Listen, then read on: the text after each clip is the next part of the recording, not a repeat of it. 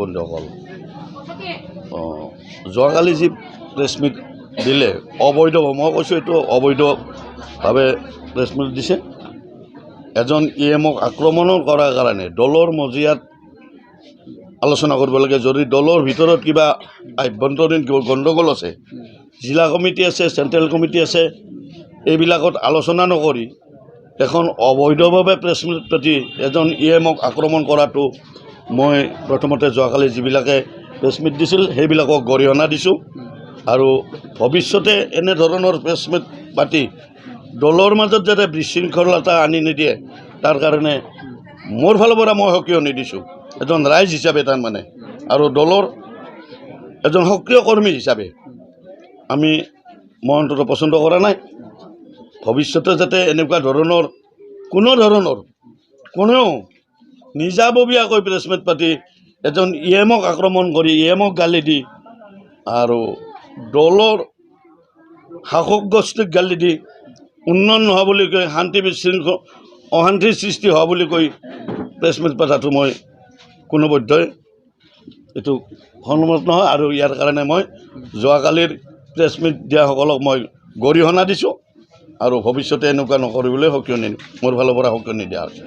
যোৱাকালিৰ যি শাসক গোষ্ঠীক মই গালি পাৰা বুলিয়ে কৈছোঁ, তাৰমানে BPF আমাৰ এগেইনষ্ট দল, BPF আমাৰ শত্ৰু হিচাপে, যিহেতু আমি BPFৰ এগেইনষ্টে আমি নিৰ্বাচনত অৱতীৰ্ণ হৈছিলোঁ আৰু জয় হৈ আমি বৰ্তমান শাসন চলাই আছোঁ। এই ক্ষেত্ৰত নিজৰ দলৰ সতীৰ্থ হৈ নিজৰ দলৰ কাম কাজক সমালোচনা কৰা, নিজৰ দলক গালি সপনি পাৰা, এজন EMক গালি সপনি কৰা, এইবিলাক কথা শুনি যোৱাকালিৰ প্ৰেছ মিলৰ কথাবিলাক শুনি গোটেই হাজাৰ ৰাইজ আজি ক্ষুণ্ণ হৈ এইসকলৰ ঘৰ আমি ৰাইজে ঘেৰাও কৰিছোঁ।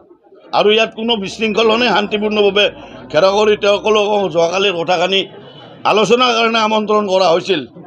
আলোচনাৰ কাৰণে আমন্ত্ৰণত নাহি তেওঁলোকে ওলোটাকৈ আমি ঘৰ ঘেৰাও কৰি উত্ৰাৱল কৰা বুলি কৈ সম্পূৰ্ণ মিছা মাতিছে। এইবিলাক সম্পূৰ্ণ মিছা কথা।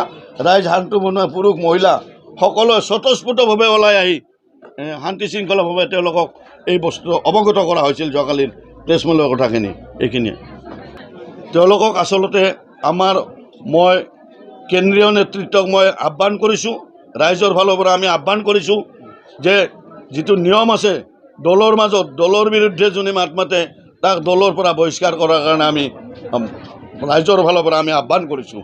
প্ৰেছ মিটত লগ পোৱা বন্ধুসকল, যোৱাকালি আমি 12টা প্ৰাইমাৰীয়ে এটা প্ৰেছ মিট দিয়া হৈছিল যে আমি মছলপুৰ সমষ্টিৰ আমাৰ ৰাকেশ ছাৰ ডাঙৰীয়াক কিবা এটা ভুলত কিবা এটা মীমাংসা হোৱাৰ কাৰণে আলোচনা কৰিছিল। তাৰে কাৰণে কিবা ভুলভ্ৰান্তি হ'ব পাৰে, ইয়াৰ কাৰণে যাতে মোক ক্ষমা কৰে। এইটো যোৱাকালিৰ প্ৰেছ মিট দিয়াটো যে মানে ব্লকৰ পৰা পাৰ্টি অফিচৰ পৰা কিবা খেলি মেলি পোৱাৰ কাৰণে এই প্ৰেছ মিটটো দিছিল তেখেতসকলে। কি খেলি মেলি এটা পাৰ্টিৰ মাজত কিবা এটা ভুলভ্ৰান্তি বোধহয় পাইছিল। এই সময়ত যে আমিও ভালকৈ এইগিলাখান জনা নাছিলোঁ, সেইকাৰণে পাৰ্টিৰ মাজতে এইগিলাখান মানে ঘটনাবিলাখান বুজা পৰা ঠিক নোহোৱাৰ কাৰণে এই প্ৰেছ মিটটো যোৱাকালি দিছিল, যাতে যিটো হৈ গৈছিল এই ভুলভ্ৰান্তিটো যাতে আমাক যেন ক্ষমা কৰে। প্ৰেছ মিটটো এতিয়া দিয়া হৈছে যে এটা প্ৰাইমাৰীৰ মাজত 11টা প্ৰাইমাৰীৰ মাজত আগৰ যিটো পুৰণা আমি কষ্ট কৰিছোঁ যে কিয় আমি এতিয়ালৈকে আমি কাৰো লগত সংযোগ কৰিব নোৱাৰোঁ, পাৰ্টিৰ লগত কিয় আমি মিলি হৈ আছোঁ, ঠিক সেনেকৈ হোৱাৰ কাৰণে পাৰ্টিৰ মাজত খেলি মেলি হোৱাৰ কাৰণে এই প্ৰেছ মিটটো দিয়া হৈছিল।